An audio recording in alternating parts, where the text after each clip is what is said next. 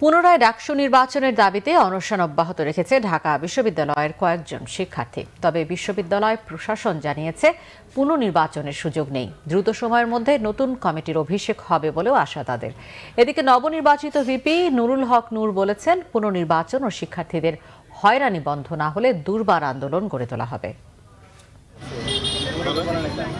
রবিউল ঢাকা বিশ্ববিদ্যালয়ের আন্তর্জাতিক সম্পর্ক বিভাগের দৃষ্টি প্রতিবন্ধী এই শিক্ষার্থী ডাকসু নির্বাচনে প্রতিদ্বন্দ্বিতা করেছিলেন সমাজসেবা সম্পাদক পদে, কিন্তু তার আস্থা অর্জন করতে পারেনি 11 মার্চের নির্বাচন।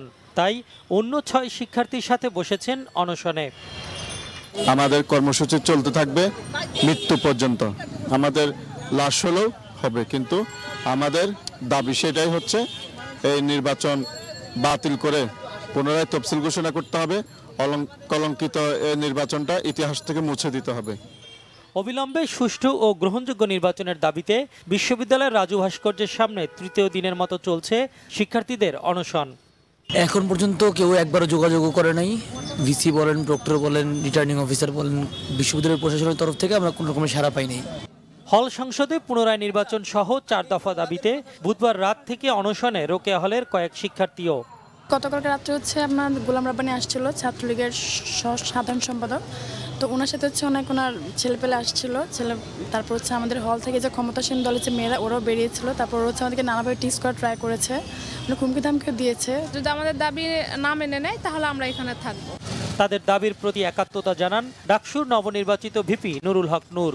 31 মার্চের মধ্যে পুনরায় নির্বাচনের দাবি জানান তিনি। ঢাকা বিশ্ববিদ্যালয়ের 5 জন কিংবা 4 জন শিক্ষার্থীও যদি অনশন করে তার গ্রহণযোগ্যতা রয়েছে। গান্ধী একজন ছিলেন, বঙ্গবন্ধু একজন ছিলেন, অন্যায়ের বিরুদ্ধে তারা প্রথম একাই লড়েছিলেন। সুতরাং ছাত্রদের উপর যদি কোনো স্বৈরতান্ত্রিক সিদ্ধান্ত চাপিয়ে দিয়ে ছাত্রদেরকে হুমকি কিংবা ভয়ভীতি দেখাতে চায়, আমরা তাদের বিরুদ্ধে দুর্বার আন্দোলন করে চলব। সাধারণ শিক্ষার্থীরা যারা আমাকে এই এত কারচুপির পরে এত ভোটে নির্বাচিত করেছে, তাদের সাথে আমরা কথা বলে ইন্টারাকশন বুঝতে চেষ্টা করছি তারা কি চাচ্ছে। সেই জায়গা থেকে তারা যদি চায় যে আমি ভিপি হিসেবেই তাদের জন্য ভিপি দায়িত্ব নিয়ে তাদের জন্য আন্দোলন সংগ্রাম লড়াই করি, আমি সেটা করব। আর তারা যদি না চায় তাহলে আমি সেই পদে দায়িত্ব গ্রহণ করব না। নতুন নির্বাচনের দাবিতে কর্মসূচি দেওয়ার কথা জানান ছাত্র দলের নেতারাও। অনিয়মের নির্বাচনের প্রতিবাদ স্বরূপ ওনারা অনশনে বসেছেন। আমরা বাংলাদেশ জাতীয়তাবাদী ছাত্রদল মনোনীত যে প্যানেল, আমরা তাদের প্রতি সংহতি জানাতে এসেছিলাম।